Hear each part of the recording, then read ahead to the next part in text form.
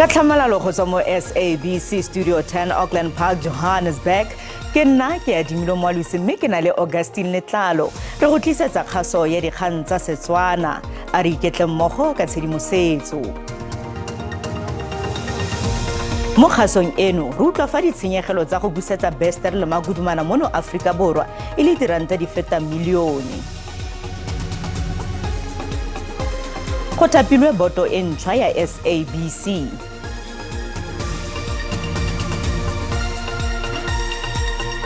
Ramabole yo a nang le maitemogelo o ipuela thuso. Tla re diale.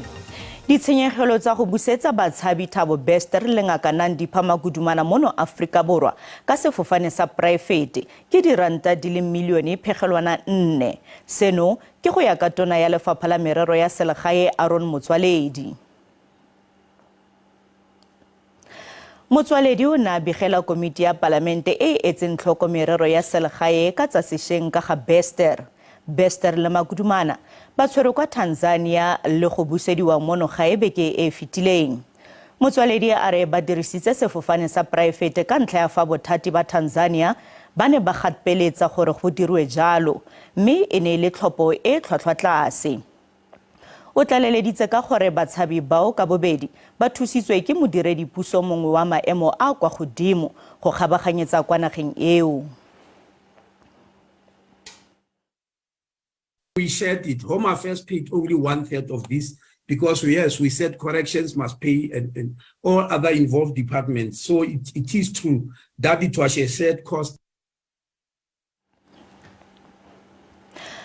Go sa le gale re lopile tshwaelo ya gago mo ntlheng ya gore tona ya merero ya selegae Aaron Motsoaledi o boleletse komiti ya palamente gore lefapha la gagwe le a mangwe a duetse diranta di le 1.4 million go busetsa Ditaba Bester ngaka Ditaba Magudumana le motshwarwa yo mongwe mono gae.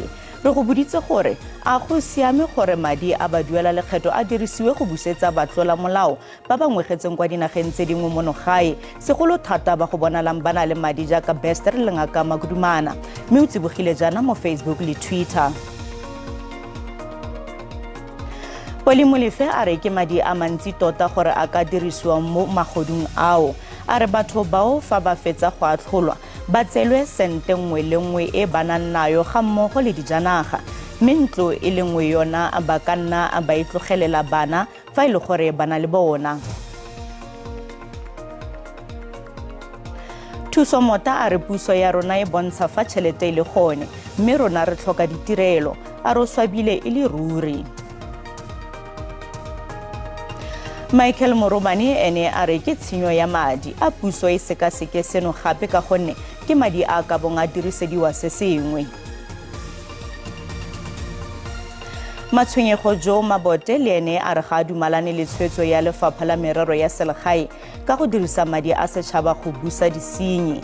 A re ke tshenyo le tshotlako mo go rona ba ba duelang lekgetho.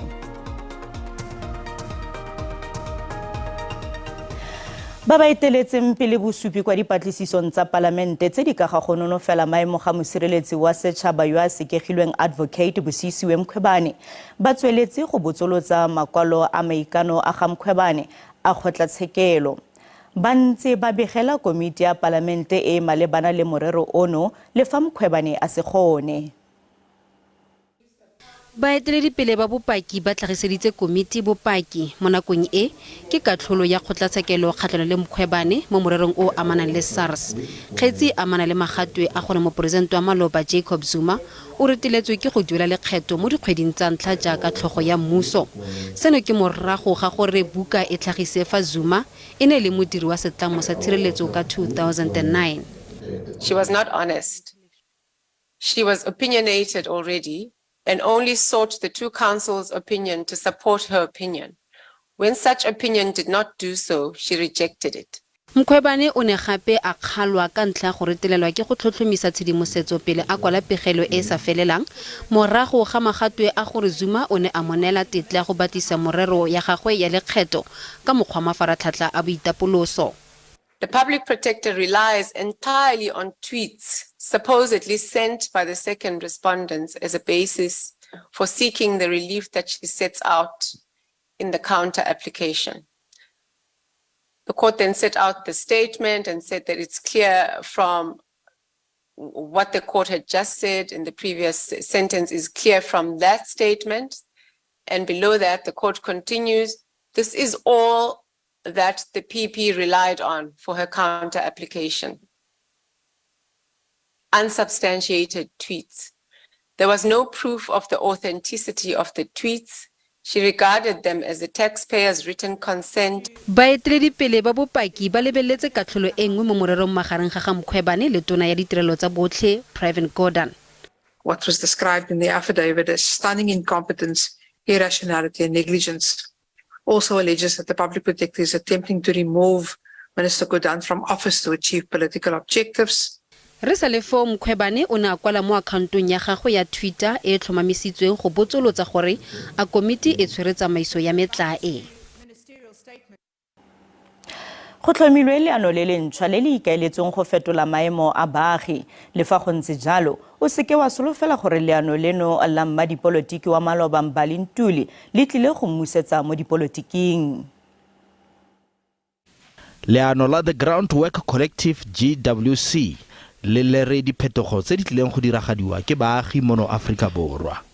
Le mororo e le maikano a tlhodilweng ke tokololo ya maloba ya Democratic Alliance le ya kokoano theomolao ya KZN Mbali Ntuli.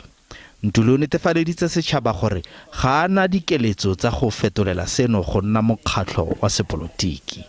I can assure you very much that this is not going to turn into a political party. That's why I said at the very beginning that is a big part of my promise. I think that it is incredibly cynical, but we've seen happening in South Africa with people that begin organizations to turn them into political parties. If I wanted to do this, there's no shortage of political parties that could have joined. I think I've been invited by almost every single one of them. GWC e tlhongwa ngwaga morago ga fa Ntuli a sena go kgaogana le dipolotiki ka ntlha ya se a reng ke go ipatlela maemo ga batho ba dipolotiki e leng selo se go ya ka ena se lebisang Afrika Borwa kwa tatlhegong. Ntuli a re GWC ke tsela ya go tsosolosa tshepo mo nageng. Very simply what I'm saying is that GWC not only wants to feed people, we want to make sure that they have the dignity of a job and opportunity, and then we want them to actually participate in the democracy to ensure that our country is going forward. Setheo seno se sa direng letseno se tla upolola projeke ya sone ya ntlha e kgolo mo bekeng e tlang. Go thapilwe boto e ntšhwa ya SABC maloko a le 12 a tla nna mo botong sebaka sa dingwaga di le 5 fa a itsise lenaane e le sa boleng go letwa la maloko a boto. Mopresidente Cyril Ramaphosa o rile SABC ke setheo se se botlhokwa sa demokrasi ya naga mme o solofela fa boto e tla netefatsa fa go nna le tsepamo le go ikemela mo tirelong kgaso eno ya setšhaba. SABC e ntse sena boto mo dikgweding di le 6 tse di fetileng ga e sa le paka ya boto ya bogologolo e khutla.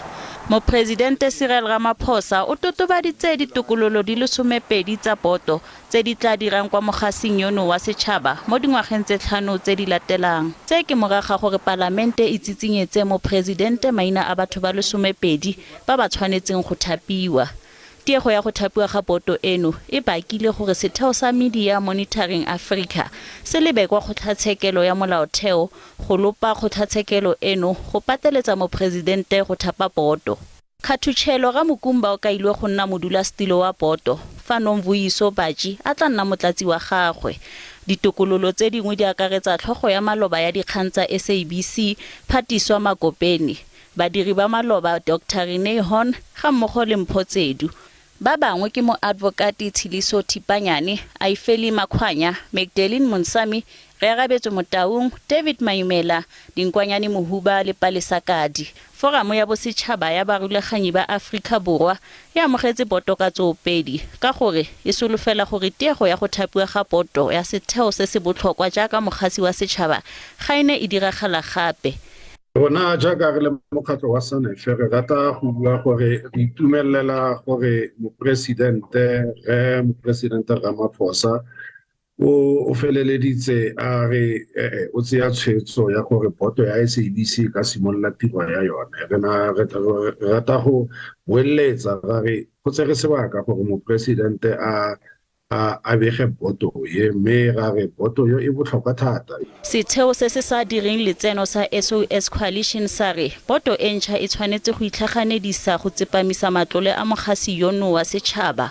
The GCEO actually highlighted that there's about 20 business plans that need to be passed. So that would also be a priority because those business plans would actually, aid the SABC to become more financially stable. And, financial stability of the SABC is actually critical at this moment, given that, in the previous year, the Auditor General highlighted, that, the SABC might not even continue to exist if, we don't improve our financial systems. So I would say, the financial restoration of the SABC is actually a priority. SOS ya re solofetse gore go thapiwa ga boto go tla matlafatsa tsamaiso mo SABC. Re salefo monna situlo yo sa tswang go supiwa wa SABC Khathutshelo Ramokumba o ikanne gore o tla tsepamisa tsamaiso ya matlole mo SABC. E setse le malatsi a ka nna lesome jaanong fa e sale go kubugile ditshupetso tse di tletseng tiriso dikgoka kwa phomolong kwa Henneman kwa Free State. Baagi ba ngongorega ka gore mmasepala wa selegae wa Matšhabeng o ba lebetse. Ba ngongorega gape ka ga thebolelo e bokoa ya ditirelo. Henneman ke trotswana ya Free State e welang tlasa masepala wa Setreke wa Lejweleputswa. Lejweleputswa e gabile ka industry ya merafo. Le ha o le jalo moruo wa Troptswana ena o jerwe ke temo. Baahi ba halefile ba batla dikarabo. Ba re masepala ona o tsepamisitse maikutlo tikolohong tse kang Welkom le Virginia fela, le hore Henneman le Ventersburg tsona ho lebetswe ka tsona. We don't have the police station here in the location, so now we need the proper police station. Service delivery, it's a huge problem ka go motse wa rona. So now bothata ba ditshebeletso tla ho masepala ha re fumane ditshebeletso ho hang. Tabeng tsa mesebetsi batho ba Henneman ha hona motho a ba nkellang tlong ha o tloa tabeng tsa mesebetsi e etswa koko e etswang teng fela boholo ka go Welkom. So re a kopa go tswetswe re hloka gore ba ikarabellang ba tlo go rona ba tlo utlwa ditletlebo tsa rona. Ene jwale ho bontsha go jwale ha ba kgathalle letho ho tloa bekeng e fitileng hona le hore ba tlo ho rona ba tlo utlwa mathata rona ke ba re go ngolla maponisa. Ke batho ba 40 ba seng ba tshwerwe ho fihla jwale. Ba 13 ba bona ke bana ba sa leng tlase dilemong mme ba se ba lokolletswe tlhokomelong ya batswadi ba bona. Sepolesa se re se nnile sa leka ho rarolla e nngwe ya ngongoreho tsa baahi. Ho tloa nakong eo e rileng ga kopana le bona police station kapa satellite police station ya Phomolong e ntse tswela pele sebetsa ntse re beha maponisa rona a mabedi bakeng sa ho tswela pele ho sebeletsa setjhaba ho bula dinyewe le ho reporta botlhokotsebe beo e leng hore ba etsala ka hara motse. Ho fihla ha jwale re tshwere batho ba ka bang 40 and then ho bona moo ba 13 ke bana ba ka tlase ho dilemo ke bolela 15 to 17 years. Boipelaetso bona bo amme le dithuto tikolohong ena ka ha barutwana le bona ke karolo ya matsholo ana. Le kliniki e le nngwe fela ya Phomolong e kwetswe ka lebaka la boipelaetso bona. Ba belaellwa ba lebelletse ho hlahella kgotla haufinyana. Ba tobane le diqoso tsa ho baka merusu, mommori wa polao le ho hlohleletsa merusu. Konelo le Khafola, ditaba tsa SABC, Henneman.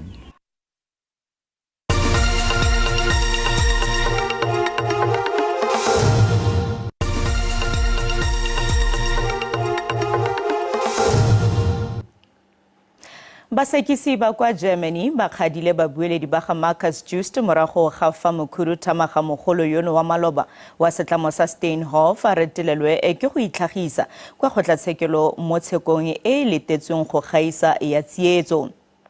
Babueledi ba ga Just yo a rotse marapo kwa setlamong seo ka 2017 go latela bonwenwe ba moruni ba rile o na le mathata a makwalo a mosepele.